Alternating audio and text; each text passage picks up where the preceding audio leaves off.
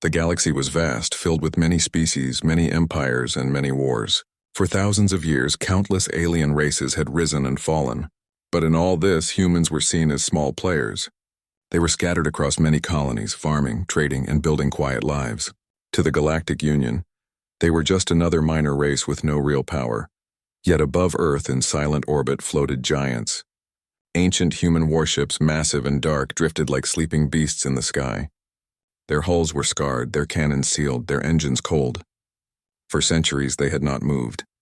To most outsiders, they were nothing more than relics of a forgotten age, monuments to human pride that no longer mattered. Aliens laughed whenever they saw them. Some tourists even came just to take pictures of the rusting coffins. Scholars from other races wrote in their records that humans were once warriors, but had grown soft, keeping their old war machines only for show. Among them was an alien historian named Zeel. He belonged to a thin, tall race with pale skin and glowing eyes. Zeel specialized in studying human history, but not with respect. He enjoyed mocking it. Humans exaggerate their past, Zeel told his students in one lecture. Their ancient fleets are nothing more than floating museums. Their stories of great battles are myths told by a primitive race that fears being forgotten. Those ships in Earth orbit? They could not last even 1 hour against a modern warship. His students laughed and the word spread. Soon more aliens joked about the toothless Terrans. The galaxy believed the myth. Humanity was weak. Humanity was no longer dangerous, but the truth was hidden. On Earth, deep under mountain bunkers, a small group of leaders knew a secret. The fleet above was not just for show. Those ships had been locked, sealed, and preserved with extreme care. Inside their armored hulls slept machines, weapons, and systems far older than the Galactic Union itself. They were not powerless relics. They were guardians waiting for generations. The Earth Defense Council passed down the secret. If the day comes when humanity faces true extinction, the fleet will awaken. That day was closer than anyone expected. Far away on the outer edge of the galaxy, a new threat was rising. A warlord named Kraith of the Skarn Dominion was conquering planet after planet. His fleet was vast, brutal, and without mercy. Unlike the Union's political fleets, which hesitated and argued, Kraith's ships moved like a storm. Colonies burned. Entire populations were enslaved. At first, the Union laughed. "He is only a savage," they said. "He cannot defeat our combined fleets." But arrogance blinded them. In battle after battle, Kraith crushed Union ships. He had no fear, no hesitation. His ships were fast, his weapons powerful, and his soldiers ruthless. Soon the Union began retreating, abandoning border worlds to save themselves. Human colonies on the frontier cried for help, but no help came. On a mining colony named Ortheon, humans fought with rifles against orbital bombardments. On a farming world called Callus, families fled into the forests while alien raiders burned their homes. Thousands died, and still the Union did nothing. The galaxy was watching, and the galaxy expected humans to fall. Back on Earth, the Defense Council gathered in their hidden chamber. Old men and women sat at a long table, their faces tense. "We cannot wait any longer," said Admiral Hurst, a veteran with gray hair and sharp eyes. "The Union will not protect us. Kraith's fleet grows stronger every day. If he reaches Sol, Earth will burn." Another counselor shook his head. "But the fleet is centuries old. Even if we awaken it, can those ships still fight?" "They can," Hurst said firmly. "I have studied their systems. They were not built with Union technology. They were built with Terran design, thicker armor, heavier cannons, stronger reactors. The galaxy has grown soft, but those ships were made for war." The room fell silent. Everyone knew the risks. If they failed, Earth would fall. If they succeeded, the galaxy would change forever. Finally, the council leader spoke. "Then we awaken the fleet. Let the galaxy laugh no longer." High above Earth, silence broke. One by one, the giant warships stirred. Their dark hulls began to glow as ancient reactors roared to life. Engines that had not burned in 500 years flared blue against the void. Massive cannons shifted on their mounts, groaning like beasts awakening from hibernation. On the surface, people looked up at the night sky and gasped. Children pointed at the stars as old shadows moved again. Farmers stopped their work to watch the heavens. Miners on Mars saw flashes of light as long-dead ships lit up once more. The fleet was alive. Ships with names carved from history awoke. Eternal Resolve, Iron Dawn, Shadow of Terra, Victory's Flame. Each name carried weight. Stories of old wars that the galaxy had forgotten but humans remembered. In orbit, Admiral Hurst stood on the bridge of the flagship Eternal Resolve. His voice carried across the fleet. Warriors of Earth, for centuries we have been silent. For centuries they mocked us. But now the storm has come and we will answer. Humanity does not bow.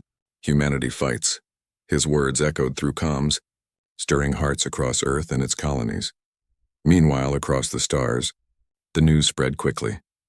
Zale the historian was sitting in a Union library when the reports came. Alien news streams filled with shocked voices.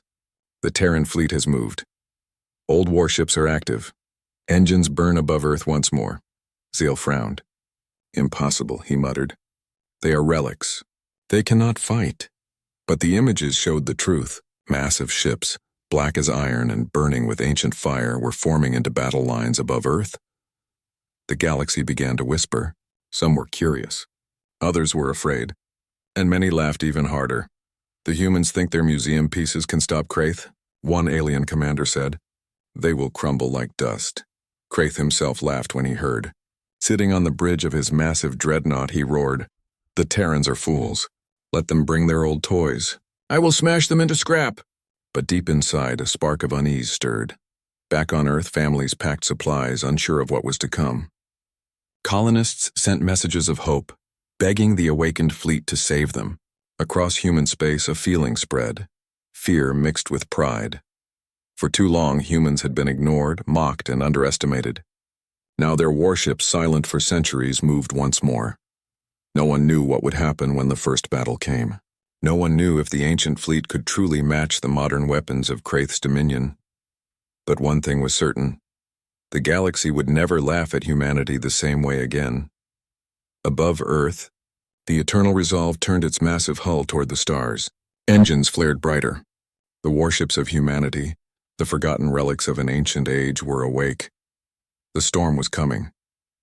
The ancient human fleet moved like giants across the black sea of space. Their massive hulls glowed with the light of long-dead stars reflected on armor thicker than mountains.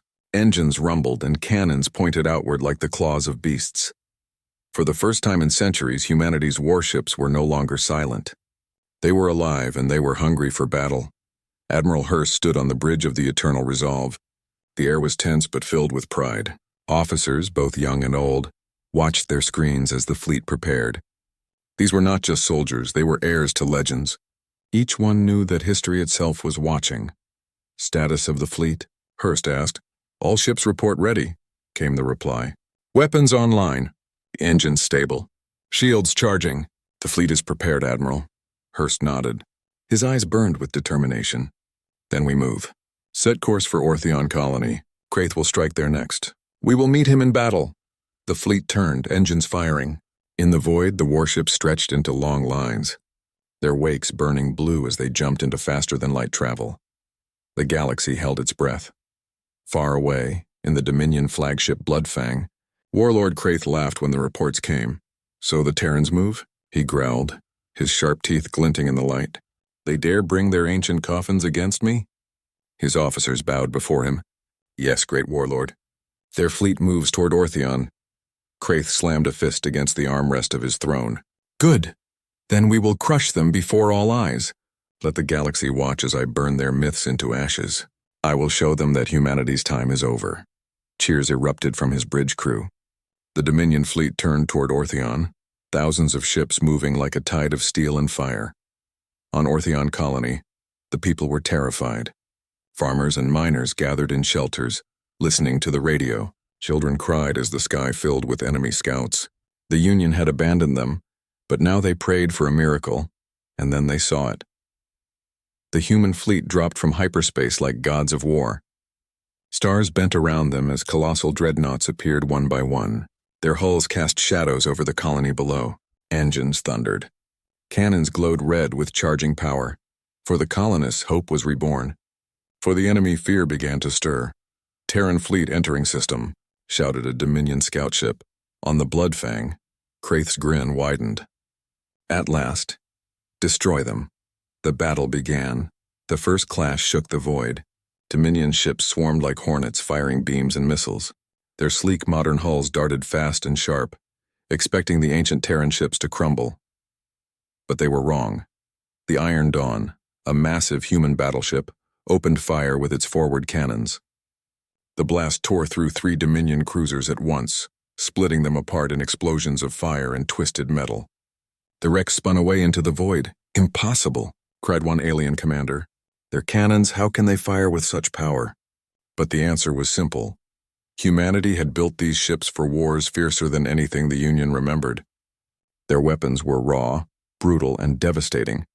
Another Dominion squadron charged at the shadow of Terra. Missiles slammed against its hull, but the ship's armor barely flinched. With a slow, deadly turn, the dreadnought unleashed a wave of railgun fire. Enemy ships shattered like glass, one after another. The galaxy watched in silence as the battle raged. News streams carried every moment, every explosion. Across alien worlds, citizens stared at their screens in disbelief. The humans, they are winning. On the Union world of Vera, Zale the historian sat frozen before his holoscreen. His students gathered around him, whispering in shock. "They said the Terran ships were relics," one student murmured. Zale's hands trembled. I was wrong," he admitted softly. "These are not relics.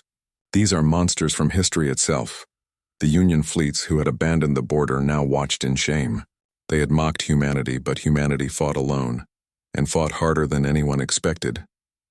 Back in the battle, Kraith grew furious. Ship after ship fell before the Terran fleet. He slammed his clawed hand on his throne. "Focus fire on their flagship," he roared. "Bring me the head of the Eternal Resolve." The Dominion Armada obeyed. Hundreds of ships turned their weapons toward Admiral Hurst's vessel. Beams of energy struck its shields. Missiles exploded against its armor. The ship shook under the barrage. On the bridge, alarms blared. "Officers held their ground. Shields failing," shouted one. "Hull damage on decks 7 through 9. Admiral Hurst stood firm. His voice cut through the chaos like steel. "Return fire.